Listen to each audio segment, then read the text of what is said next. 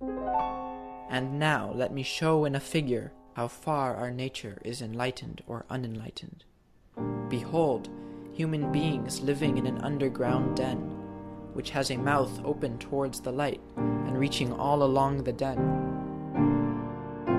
Here they have been from their childhood, and have their legs and necks chained so that they cannot move, and can only see before them, being prevented by the chains from turning round their heads.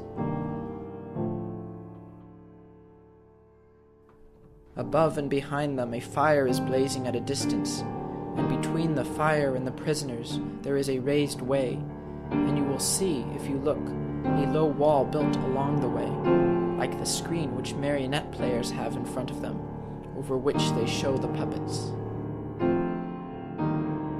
There are men passing along the wall, carrying all sorts of vessels and statues and figures of animals made of wood and stone and various materials, which appear over the wall. Some of them are talking, others silent. It is a strange image, and they are strange prisoners, like ourselves. They see only their own shadows, or the shadows of one another, which the fire throws on the opposite wall of the cave. For how could they see anything but the shadows, if they were never allowed to move their heads? And of the objects which are being carried in like manner, they see only the shadows. And if they were able to converse with one another, would they not suppose that they were naming what was actually before them? And suppose further that the prison had an echo which came from the other side, would they not be sure to fancy, when one of the passers-by spoke, that the voice which they heard came from the passing shadow? To them, the truth is literally nothing but the shadows of the images. And now look again, and see what will naturally follow if the prisoners are released and disabused of their error. At first, when any of them is liberated and compelled suddenly to stand up and turn his neck round and walk and look towards the light, he will suffer sharp pains, the glare will distress him, and he will be unable to see the realities, of which in his former state he had seen the shadows. And then conceive someone saying to him that what he saw before was an illusion, but that now, when he is approaching nearer to being, and his eye is turned towards more real existence, he has a clearer vision. What will be his reply? And you may further imagine that his instructor is pointing to the objects as they pass, and requiring him to name them.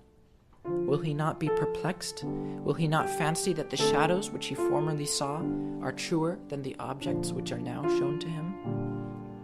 And if he is compelled to look straight at the light, will he not have a pain in his eyes which will make him turn away to take refuge in the objects of vision which he can see, and which he will conceive to be in reality clearer than the things which are now being shown to him? And suppose once more that he is reluctantly dragged up a steep and rugged ascent, and held fast until he is forced into the presence of the sun himself. He will be pained and irritated, and when he approaches the light his eyes will be dazzled, and he will not be able to see anything at all of what are now called realities.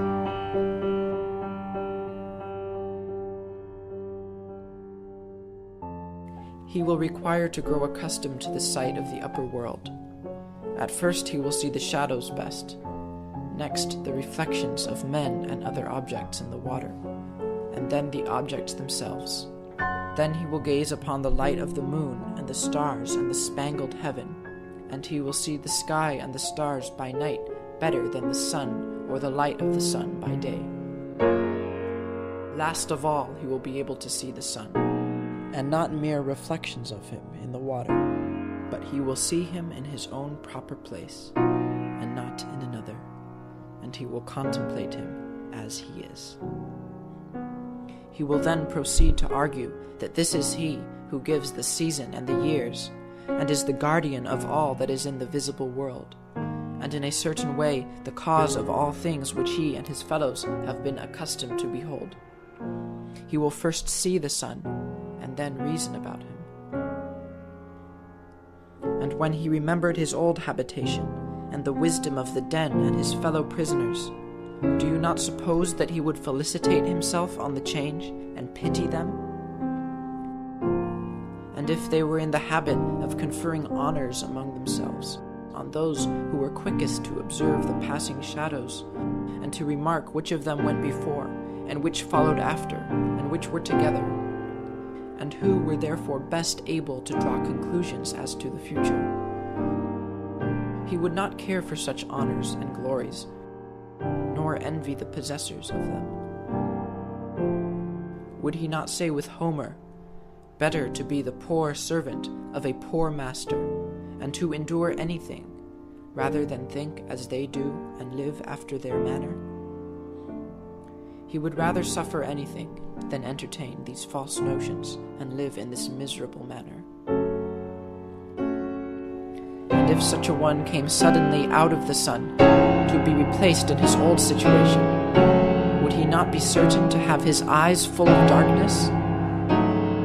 And if there were a contest, and he had to compete in measuring the shadows with the prisoners who had never moved out of the den, while his sight was still weak, and before his eyes had become steady, and the time which would be needed to acquire this new habit of sight might be very considerable, would he not be ridiculous? Men would say of him that up he went and down he came without his eyes, and that it was better not even to think of ascending. And if anyone tried to free another and lead him up to the light, let them only catch the offender, and they would put him to death.